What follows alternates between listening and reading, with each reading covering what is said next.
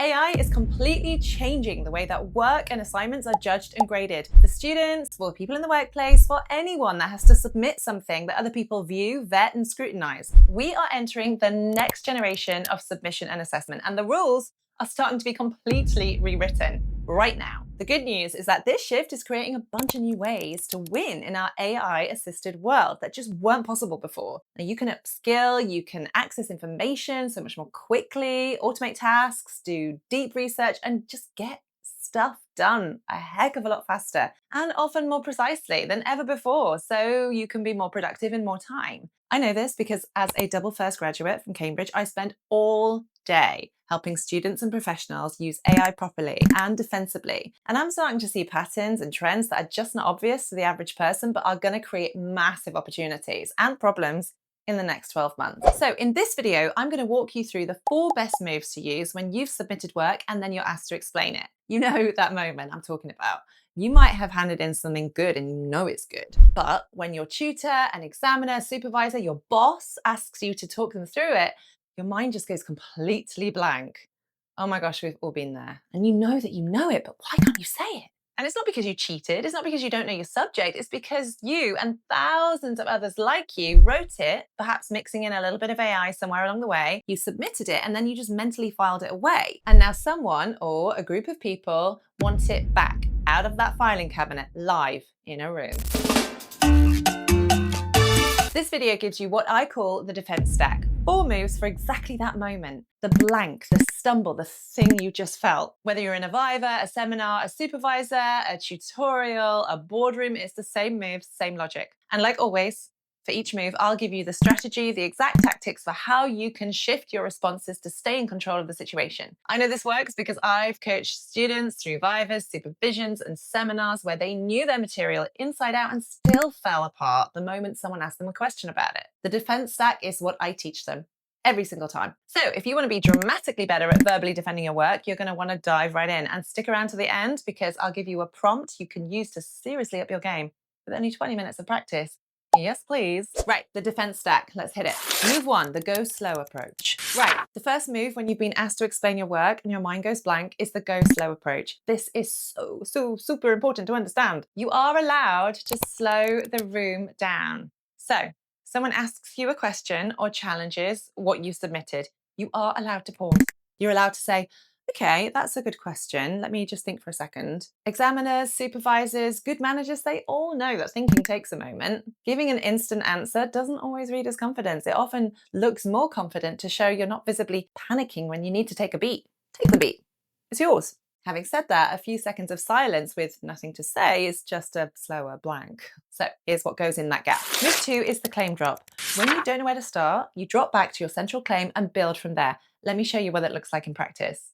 Your central argument seems to rest on the assumption that policy drives behaviour. Now, can you talk me through why you made that choice rather than the other way around? Yeah, so I looked at quite a few sources and they all kind of pointed to that. And I thought it was, well, I mean, there's a lot of evidence for it. And I just think, well, yeah, I think it just made sense at the time. Right, okay. That answer isn't, I mean, it's not wrong exactly, but it's not anchored anywhere. You know, it just sounds like someone trying to remember what they wrote rather than someone who made a very deliberate intellectual decision. Here's the same answer with the claim drop. You'll see the difference. My central claim was that policy creates the conditions for behavior change rather than behavior driving policy reform. And I made that choice because the literature I was working with, particularly the post-2010 welfare reform studies, consistently showed a top-down causal direction. And I could have argued it the other way, but the evidence base just wasn't there to support it. Well, not convincingly anyway. It's pretty much the same knowledge, but it's a completely different delivery. The difference is that the second answer starts with the claim, not the evidence. It's like restating it. And once you've stated your argument clearly, everything else can just follow from it. That's the claim drop. Right, good. You've got somewhere to start now. However, claims invite challenge. And the next question is usually, what about the bit you didn't cover? This is how you answer that one without flinching. Bear with. Move 3, the honest edge. This one is what I call naming your honest edge. It's like the exact boundary of what you know and why. So whether you're in a Viva or a board meeting or even a client presentation, most people questioning you aren't looking for omniscience, like someone who knows everything about the topic. No, they're looking for whether you know where your argument stops and the limits of what you know. Let me show you. You don't really address the counter argument here. Was that a deliberate choice? Oh, yeah, no, I did look at that, but I didn't have the space to include everything. There was quite a lot of literature on this topic, quite a lot to cover. Yeah. Okay. Compare that one to. Yep, that is the strongest challenge to my position. I acknowledge that. But I decided not to engage with it in full because, to be honest, doing it justice would have taken the piece in a completely different direction than what I needed. I think in hindsight, I would flag it more explicitly as a limitation rather than leaving it out entirely. So if you see the difference, the first one, I didn't have space, just sounds like an excuse. Whereas if you are someone that says, I made a judgment call and here's what I would do differently, well, that just sounds like someone who knows their own thinking. In an exam room or a meeting room, that's the difference between someone who got lucky and someone who made decisions. That is the honest edge. It's evidenced, it's precise, it's owned. Okay, so we've covered 3 moves so far: the go slow approach, the claim drop, and the honest edge. However, none of them really work if this is the first time that you've said them out loud in the high pressure situation. So this last move is what actually makes the other 3 land instead of it all coming out all garbled. Move 4, practice out loud and give your thinking an audience. This is the move people tend to skip. Reading your essay back, thinking about it, going over the notes, well, none of that is the same as saying your argument out loud in sentences to someone who might push back. Your mouth needs to have done this before the Viva, before the meeting, not just your brain. And it doesn't require a study partner, a mock examiner, a colleague, or anyone who actually understands your subject. It just requires a listener, or even the convincing illusion of one. So record your voice on a voice note on your phone. Just you know, explaining your argument like you're talking to someone through it. Don't need to even play it back. The act of saying it is the practice. A camera works in the same way. You can just prop your phone up, press record, explain your central claim in 2 minutes. That's just saying it out loud. That is the rep. We actors do this all the time to put ourselves in a high pressure situation where you're literally being watched by something to see if we can do it in the moment. And if you've got a friend, flatmate, colleague, partner, whatever, who you're around and you see them at the end of the day, just talk them through your work, you know, not performing, not academic language, just this is what I argued and this is why. They don't need to understand the subject. It's almost better if they don't. So if you can explain it to someone who doesn't understand it, well, you can clearly explain it to an examiner. And they'll ask you questions about it too. You know, if you want something that's really close to the real thing, you can ask someone to push back. They don't need to know what the right questions are. Just why did you do it that way? And what's the strongest argument against you? They're enough. You can prompt them to ask them if you want. Those 2 questions will surface your honest edge faster than anything. Earlier on in this series, I created a defensible prompt pack.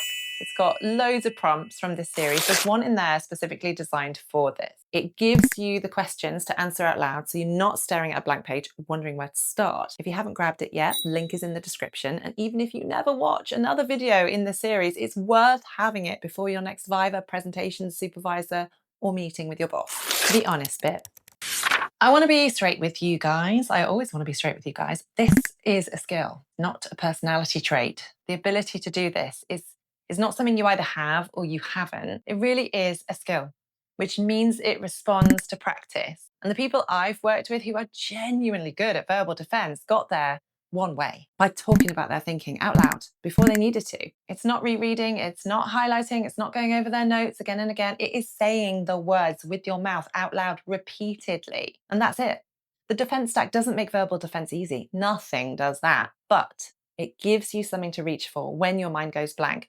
And that changes everything. Instead of panicking into silence, you've got to move. You can drop your claim or name your honest edge. Slow down the room. That is not a small thing when you're sitting across from an examiner or your boss. And so many people don't practice this skill because it's hard.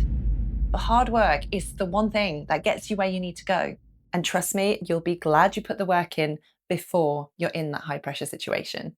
The Viva Prep prompt is in the free Defensible Work prompt pack. Link in the description. Feed it your piece of work and then answer the questions it gives you out loud. Do it more than once. And if you want to go deeper on performing under pressure more broadly, I have videos on presentation skills and performing under pressure. Check those out as well, all on my channel. And if a Viva, a supervision, or a meeting is coming up for you soon, come back to this video the night before. Do the questions out loud. You know this. You just need to practice saying it too.